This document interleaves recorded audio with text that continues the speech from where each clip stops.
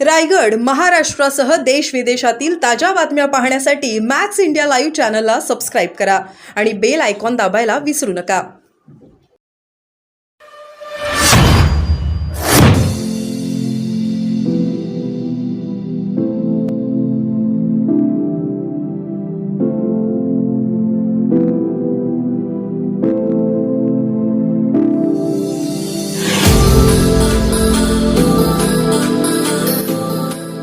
आणि मशीन मधला डाटा वाईपआउट करता. हा आमच्या स्वातंत्र्यावरती तुम्ही घाला घालताय. आम्हाला जी आमच्या बाबत माहिती मिळवायला हवी त्याच्यावरती तुमचा अटॅक आहे. अच्छा, मला म्हणजे आता हे सगळं बोलणं चुकीचं आहे. त्या व्हीव्हीपॅट मध्ये अशी कोरी चिठ्ठी येते, त्याच्यावर ना नंबर असतो ना काय असतो ना काय असतो. म्हणजे गेली कुठे, कितव्या नंबरची चिठ्ठी काय नाही. सर्वात सोपा माझा प्रश्न आहे की 5 वाजताचा डाटा डिक्लेअर झाल्यानंतर तो 9 वाजता आणि परत दुसऱ्या दिवशी तो वाढतो कसा?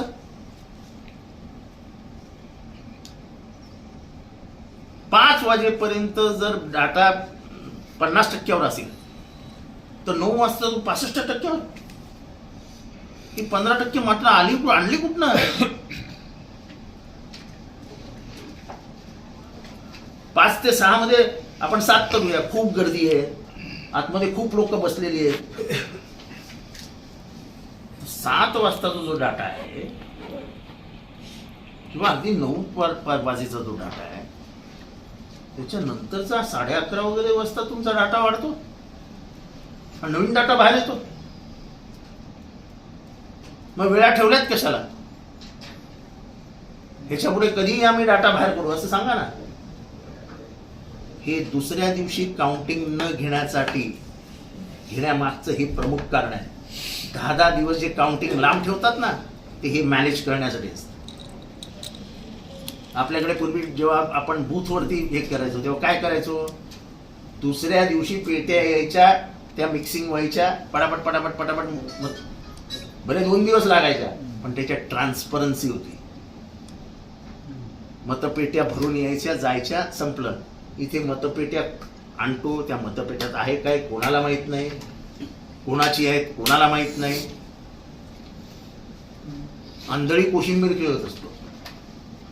तेव्हा मतदानाचं झालेली आंधळी कोशिंबीर ही आमच्यासमोर उघडी करावी. आम्ही आंधळे नाही, आम्ही डोळस आहोत आणि आमच्या लोकशाहीच्या रक्षणार्थ आम्ही बांधतो. कारण का पुढच्या पिढीच्या हातात जेव्हा आपण भारत देऊ तेव्हा भारत रशिया आणि पुतीनचा रशिया म्हणून देण्याचं धाडस आम्ही करू शकणार नाही. आम्ही लढत राहणार. कोणाला वाटत असेल की हारले म्हणून करतायत तर मी इथं जिंकलेलो आहे.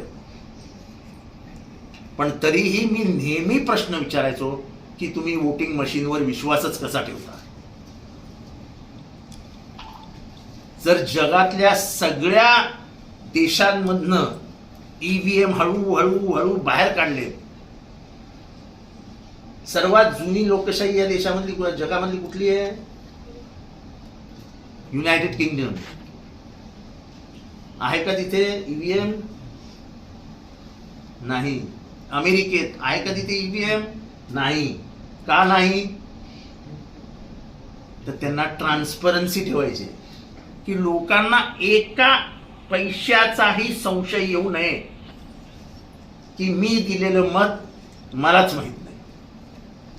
मी लेबरला दिलाय का लिबरलला दिलाय. तिथे 2 पार्ट्या ना, एक लिबरल आणि लिबरल,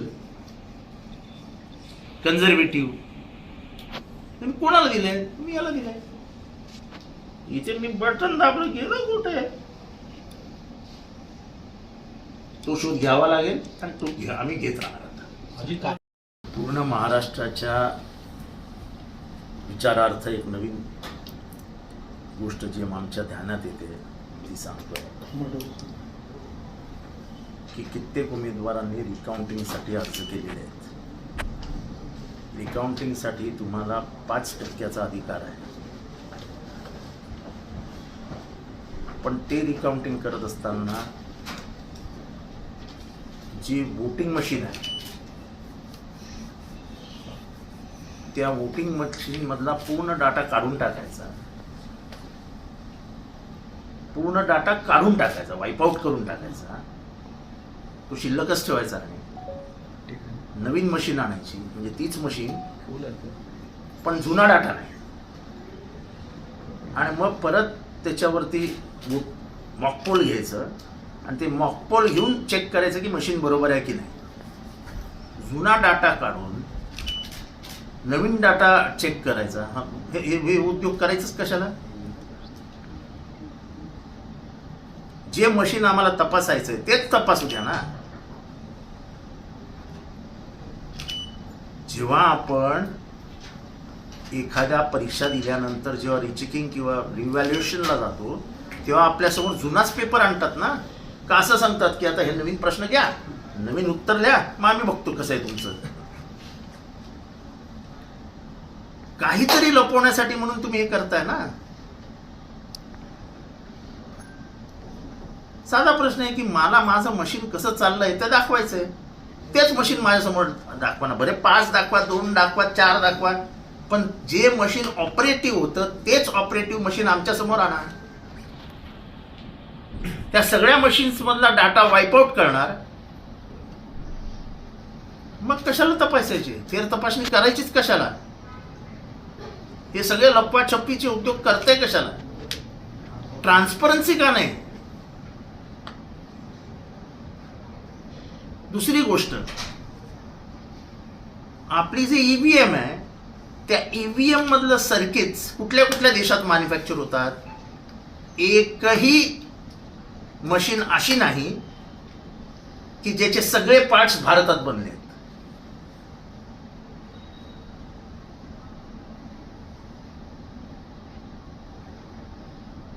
ह्या रिपोलिंग रिकाउंटिंग वरनच तुमच्या लक्षात येईल की याच्यात झोल आहे.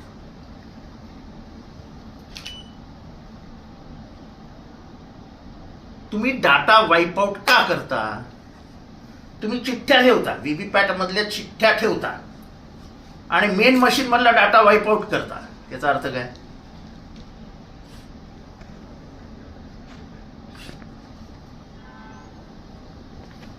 दुसरी गोष्ट,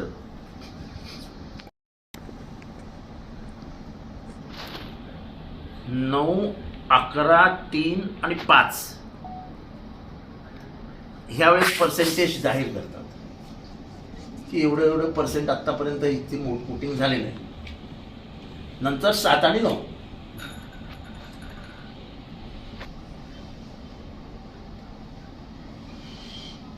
नऊला समजा पर्सेंटेज जाहीर केलं, 1% जाहीर केलं, तर दुसऱ्या दिवशी परत त्याच्यात कशी काय वाढ होते?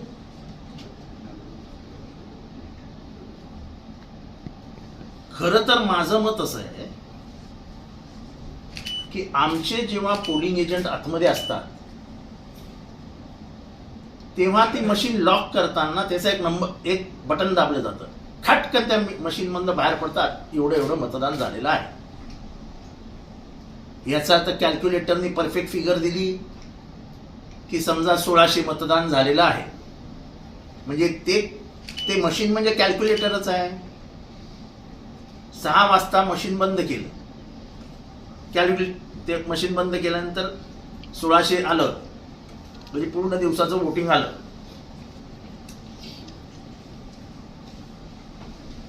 ह्या पूर्ण दिवसाच्या वोटिंग मध्ये बदल कसा काय होऊ शकतो? आणि दरवेळेस तुम्ही पर्सेंटेजवर काय येता? आतापर्यंत या मतदारसंघात एवढं वोटिंग झालेलं आहे, ह्या नंबर 1,35,402. तुम्ही पर्सेंटेजवर का खेळता?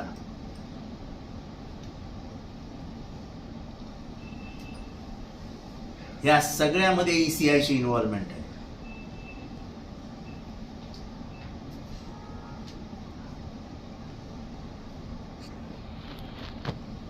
साधा प्रश्न आहे की जर मशीननी सांगितलं की एवढं मतदान झालेलं आहे, तर असं दुसरं कुठलं मशीन येतं की जे म्हणतं नाही एवढं नाही एवढं झालंय? हे कसं शक्य होईल? एखादा टक्का आपण समजू शकतो, बॅलेट पेपर ते काय ते पोस्टल बॅलेट, हा बॅलेट, टू बॅलेट, ते 1% डिस्काउंट देतो आपण. 7-7%.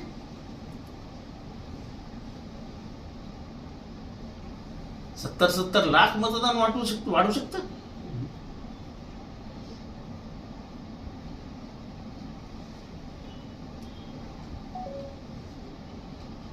आणि हे पॅटर्नाइज वोटिंग कसं येतं की कोल्हापूरला एक पॅटर्न आहे, नाशिकला एक पॅटर्न आहे, साताऱ्याला एक पॅटर्न आहे.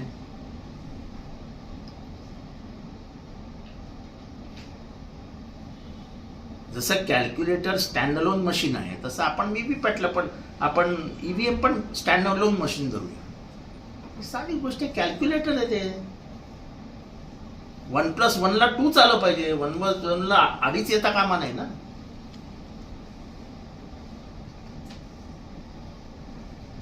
अजून एक गोष्ट जी आम्ही लक्षात आणून देतो, ज्याच्याकडे कोणाचंच लक्ष गेलं नाही, आमचंही गेलं नाही, ते म्हणजे 2019 ते 2024 लोकसभा मशीन 99% देखील होत्या. तो देखील एक चार्जिंग दिवसभर. एक तर पहिली गोष्ट म्हणजे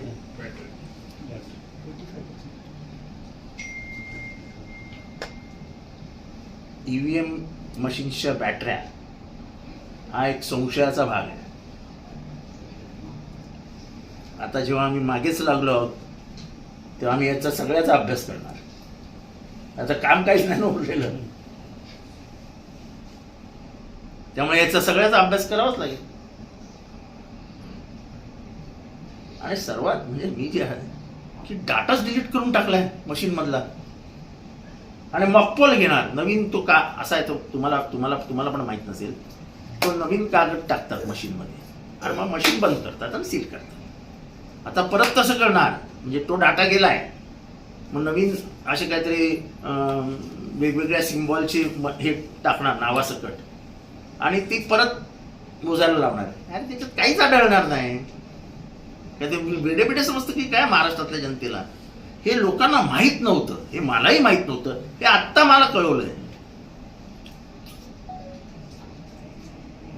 म्हणजे इलेक्शन कमिशनच्या सुरुवातीच्या उद्योगापासून ते आत्तापर्यंत त्यांनी महाराष्ट्राने पूर्ण भारताला ते कसे फसवत आलेत. लोकसभेनंतर त्यांच्या लक्षात आलं की ह्याच्यात काहीतरी आपण आता अडकणार आणि म्हणून त्यांनी जे उद्योग केलेत ते मतदानाच्या रजिस्ट्रेशन पासून ते आतापर्यंत सगळं संशयास्पद आहे. आणि या लोकसभेचे विधानसभेच्या कार्यकाळामध्ये आम्ही एक पत्रकार परिषद घेतली होती की काही मतदान डिलीट होत आहे आणि ऍडिशन होत आहे. ते त्या गावातलेच नाही, त्या जिल्ह्यातलेच नाहीत, अशी बाहेरची मतं येत आहेत.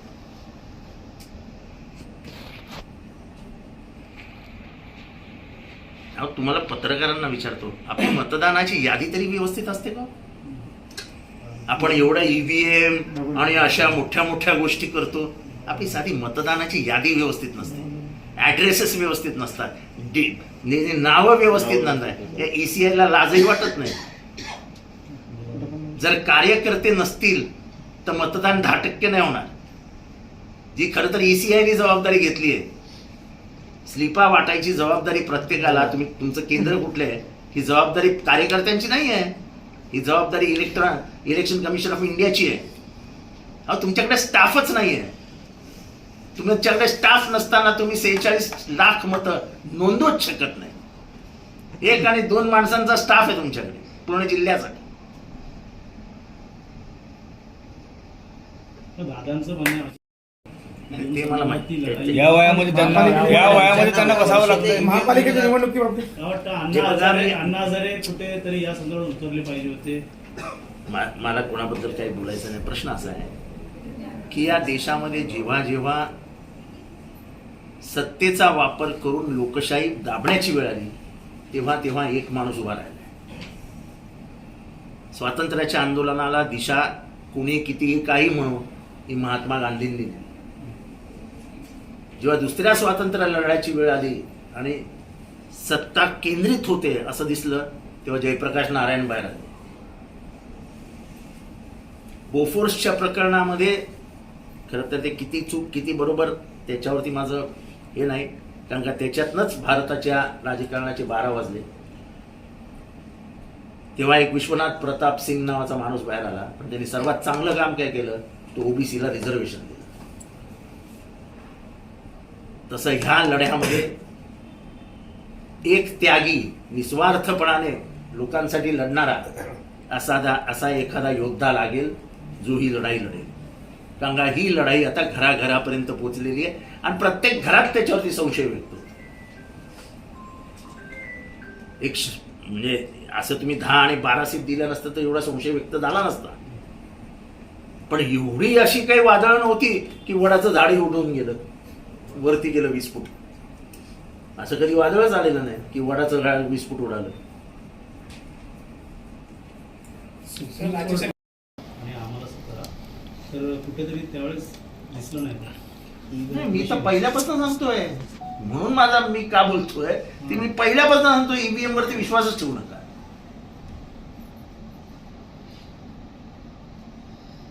मी पहिल्यापासून सांगतो ईव्हीएम वर विश्वास ठेवू नका. आणि त्यांच्यातला एक शहाणा बोलला ना की जितेंद्र आव्हाडांनी राजीनामा द्यावा आणि बॅलेट पेपरला तयार व्हा. चल आणि बॅलेट पेपर जा इलेक्शन कमिशनकडे, बॅलेट पेपरवर घोषणा करावी, मी राजीनामा देतो आणि परत निवडणूक लढवतो आणि परत लाखाच्या मतांनी निवडून येऊन दाखवतो. अरे काहीतरी अक्कल वापरा, ते असं असं असं करत करायचं. हे लय घाट. चला जा म्हणा तुमच्या गव्हर्नमेंटकडनं आणि एक विधानसभेमध्ये आम्हाला बॅलेट पेपरवरती निवडणूक घ्यायची आहे, तुम्ही परमिशन द्या. तुमची जाम चालते ना आजकाल, घ्या परमिशन, मी परत निवडणूक लढायला तयार आहे. अरे मी जितेंद्र आव्हाड आहे, 4 वेळा पक्ष बदलत नाही, एका बापाचा तो एकाच बापाचा आहे.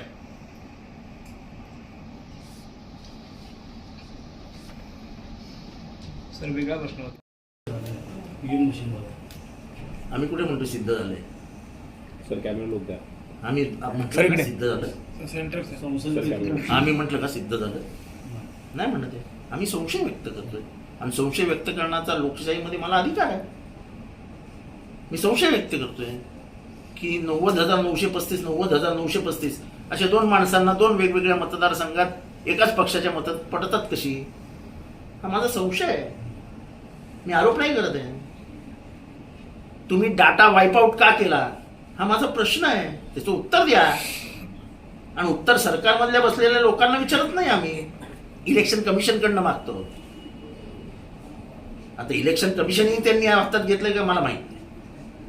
बाबा आढावांना देखील आज भेट नाही, मुस्लिम समाजाची नाही. अहो, तुम्हाला एखाद्या पोराच्या तोंडाजवळ चॉकलेट द्यायचं आणि ते खेचून घ्यायचं कशाला करता? देऊ नका ना चॉकलेट, त्यांनी काय मागितलं होतं?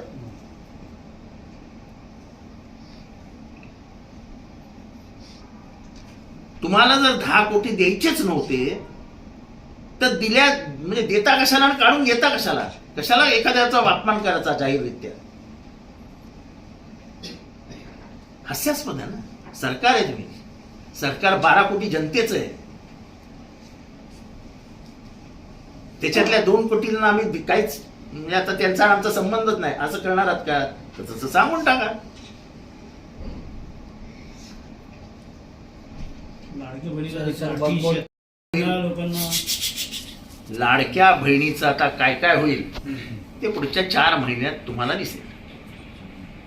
आम्हाला महाराष्ट्राच्या अर्थ करणारा शिस्त लावायची आहे हे बोललं जाईल. महाराष्ट्राचं अर्थकारण रुळावर आणायचं आहे हे बोललं जाईल. आणि महाराष्ट्राच्या लाडक्या बहिणीला प्लॅटफॉर्मवर बसवलं जाईल की अर्थकरणाची गाडी रुळावरनं घसरलेली आहे, तेव्हा तुम्ही जरा प्लॅटफॉर्मवर बसा. अगर सर ये योजना इसी तरीके